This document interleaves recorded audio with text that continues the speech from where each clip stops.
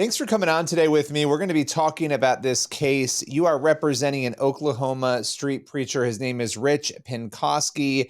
And this is a really interesting case. He is claiming he was given a 5-year restraining order. Before we get into what he was allegedly guilty of that led to this restraining order, what are the penalties for the order? Oh, it's a 5-year restraining order for citing basically 2 Bible verses. That's it. And he can get he can be put in jail, fined, and taken away if he says anything in terms of Bible verses or anything dealing with these LGBT people that felt threatened by one of the Bible verses is let me check here, Matthew 18:6, Jesus speaking, saying that you can go to hell basically if you drag kids into an environment where they are led into sin and stuff. And he never approached anybody physically or contacted them directly. He just posted on social media. And the key here is that's where people are speaking today. That's where all churches are speaking on social media. So if they can tell you that because someone felt threatened, the LGBT people, the gay people, that over these Bible verses, if that's it, then if you out on the corner and just talk to people generally about the Bible, you can get arrested now if this is true. This is why this is a very important case. When he contacted me and I looked at the facts, I said, whoa, in America, by quoting Jesus Christ, you can get a 5-year restraining order and put in jail if you speak about Jesus Christ. What he said. So let me ask you. So he, Rich goes around and he protests, right? He goes out and speaks about churches, the Drag Queen Story Hour events, churches that are sort of doing those things, events where those are being hosted. This particular case that we're talking about here, there was a same-sex wedding. There was a photo of these 2 women that was allegedly shared on social media. These verses were shared. Shared on social media, yeah. Yeah, and so how common is that? I mean, you've dealt with a lot of these cases where somebody has posted not a direct threat. They've posted Bible verses, right? And they've had this kind of a reaction from a judge. How common is that? This is very rare. I have not seen it. This is the first time I've actually seen somebody quoting Jesus Christ and that being considered a crime. Exactly. And that's what it is. And I've been warning people about this for years as I've seen just general free speech being attacked across the country on social media. You can't say this word, you can't say that word. They take you off of social media. Now the Biden administration actually has issued an order where they're if you give disinformation on the social media, you can be considered a terrorist. Now the question is, are we going to give in to this or are we going to fight it? At the Rutherford Institute, I fight for free speech across the board, no matter who you are. And that's the point. I may not agree with your beliefs or whatever, but I agree with the fact that you have a right to say those beliefs. And this guy did not threaten anybody. He did not walk up to him. He did not meet him. He did not point a finger. He just posted something on social media.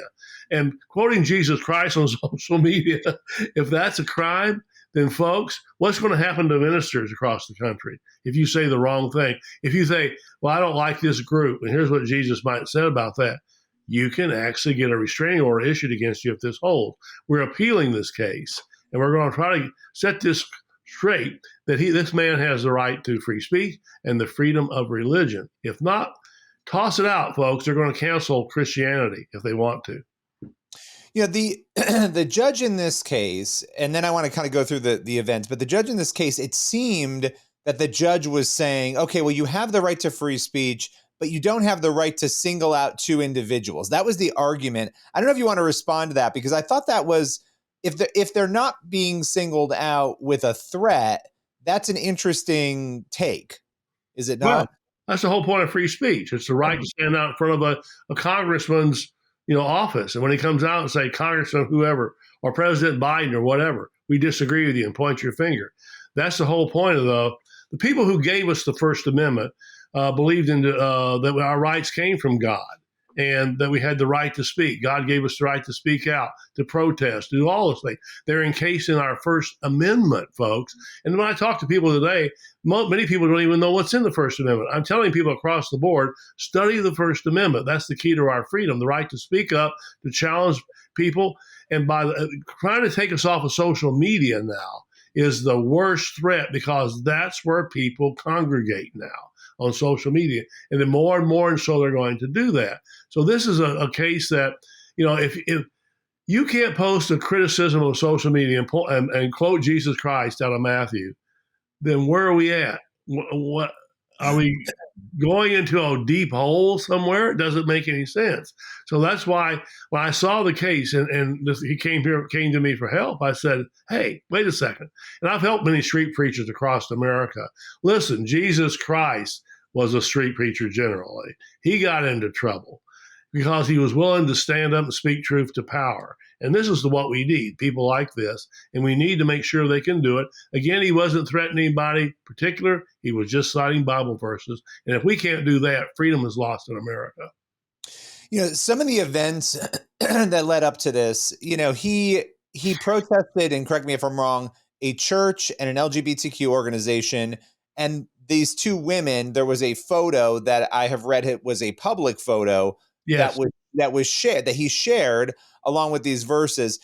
What was the purpose of the protesting, and how did this get in front of police? Because that's the question people have. Well, how did it go from social media posts, and again, correct any part of that you feel is incorrect, to the police being involved in this? Oh, the people that felt threatened by the Bible verses, to turn him into the police and objected at that point. They were threatened. They were afraid. And again, I say more and more people are afraid of free speech today, by the way. Kids are being taught in school they can't say the word God. They can't study the Declaration of Independence because the Declaration of Independence says if you don't like the government, we can remove it. They don't want any of that today. And that's why it's so darn important. But yeah, they objected. Listen, you can get turned into anybody today. They have welfare checks across America. If someone hears you talking on your front porch, they can go, oh, I think that guy is crazy. Police are showing up and arresting people. So we're at a real key point in this country where if we don't start protecting our rights, we're going to lose them. And we don't have much time, folks, because like I say, the generation I see coming out of schools today don't have any clue about what their rights are.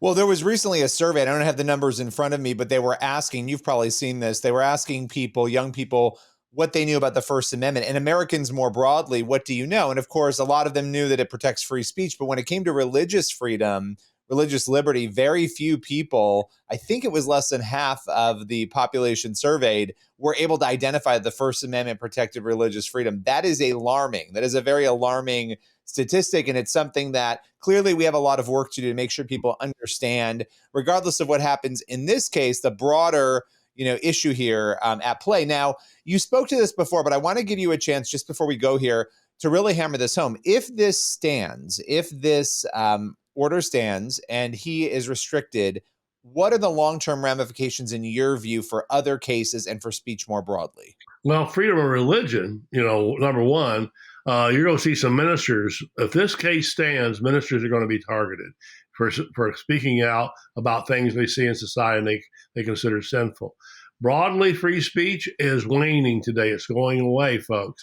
I see it more and more with political correctness movement and stuff like that. And the key is here, like I said, the people who wrote our First Amendment, who fought for it, wanted us to have values. They believed in Judeo-Christian values. And that's where our free speech comes from. God gave us the right to speak. They call the rights inalienable rights. And I ask people, what does that mean? Most of them look at me and go, I don't know. It means they can't be taken away. They're always there. Express yourself. And that's how you keep things free, folks. And we want people to think critically. This is key, too. People are not always correct in what they believe. So that I should be challenged. You should be challenged. So we'll wake up, and that's how you get politicians to listen, is get out there and speak. Some of the greatest men of history were people who got out there on the streets and said, I object, and I'm willing to go to jail for it. And this guy here, Rich Penkoski, is willing to do that. And I think it's really important in this case here. Like I said, religious freedom and speech generally could be lost in a case like this. So last question, what happens next legally? You're appealing it. So what are the next steps there? Well, we're waiting for the Oklahoma Supreme Court. We appealed to the Oklahoma Supreme Court to see what they will do in this particular case. If they decide they don't want to back us up, it'll be appealed further up. We'll see how far it goes, folks. But we're willing to fight all the way at the Rutherford Institute. Well, I appreciate your time. I appreciate you breaking this down, and hope you're doing Doing well. I know there's a lot going on and you're busy. This is just the latest. Appreciate your time. Thank you, sir.